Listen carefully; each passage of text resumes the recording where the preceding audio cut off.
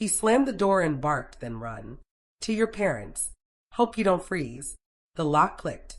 Quiet swallowed the yard whole. Winter scraped at my skin.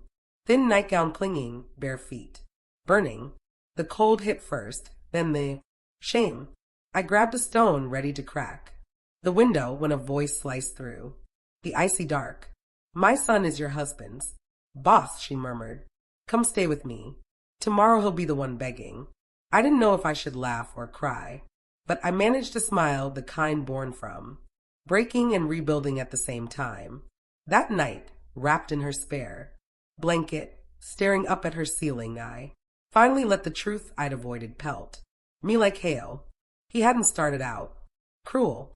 We met back when I still believed love could repair anyone. He had charm, ambition, dreams far larger than his manners. He said I grounded him.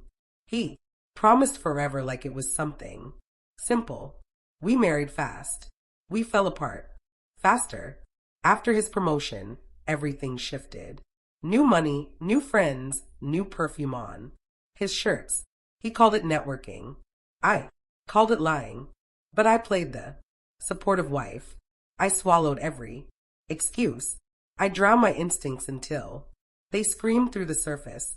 One night I found a message, nothing explicit, but intimate enough to split me open. Her number saved under project manager.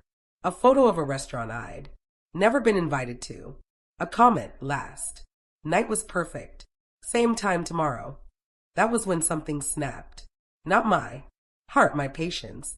He didn't know I'd seen it. He didn't know I had proof. He didn't know I was finished being his. Quiet sacrifice. I gathered information, details, schedules, passwords, soft spots. I kept smiling.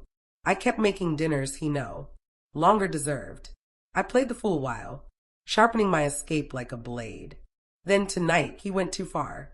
Locked me outside like a stray mutt because I dared to ask why he came home drenched in pricey wine and another woman's laughter. He thought freezing air would shut me up. He miscalculated. By morning he was at our neighbor's door first. Pale face, frantic eyes, fake remorse dripping from his voice. Where's my wife? As if searching meant love. As if he even understood the word. I stepped out behind her, warm, dressed, steady. He jolted, shocked that I wasn't. Shattered. We need to talk, he mumbled. No apology, just control dressed. Up as concern. Actually, I said, you'll be talking to him. His boss's car rolled up. The neighbor's son, sharp suit, stern expression, they kind of authority that can end careers. In one sentence, he walked straight to my husband. I went through the company funds you. Access last quarter, he said. And the receipts tied to your late night projects. My husband's throat jerked. He stammered. Excuses. He pointed fingers at everyone but himself. Then the boss showed his final card, one I had handed him. Screenshots, transactions, reservations for two. The other woman's name, all paid with company money. His affair itemized. My husband's face emptied of every arrogant shade. You're terminated. Effective. Immediately the boss said, security will escort you to clear out your desk. My husband spun toward me, betrayal, glowing where love used to live. You did this, he spat. Yes, I said evenly.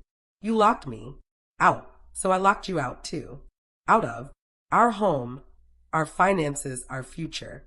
He reached for my arm. The boss stepped between us. Even the winter wind seemed to shove him farther away. That's the thing about men like him. They think they're untouchable until they see who's standing in the spot they thought was theirs. Because beside the boss stood his daughter, the woman he'd cheated with. No, not just the woman he cheated with. The woman replacing him at work, and the woman who had been watching him through my eyes the entire time. She looked at me and smiled. A quiet alliance, a silent promise. Justice doesn't always roar. Sometimes it simply stands there, beautiful and deadly. We drove off, me, my overnight bag, and the dignity he never counted on. He stood in the snow wearing that expensive suit that suddenly looked cheap. He shouted after the car, furious, desperate, useless. The same snow that once stung my bare skin now tapped my window like a victory flag. People ask if I regret it, if I miss the man I married. But the man I married was never real. He was a costume, ego-stitched together with lies. I don't miss him. I miss the version of myself before him. Naive, hopeful, unmarked. But scars can become armor. And tonight mine shine like steel. He thought locking me out would make me crawl back.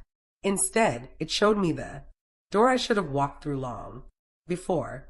Now he's the one left outside, alone, cold, pleading, and I'm warm again. Because he finally learned who took his place. Me.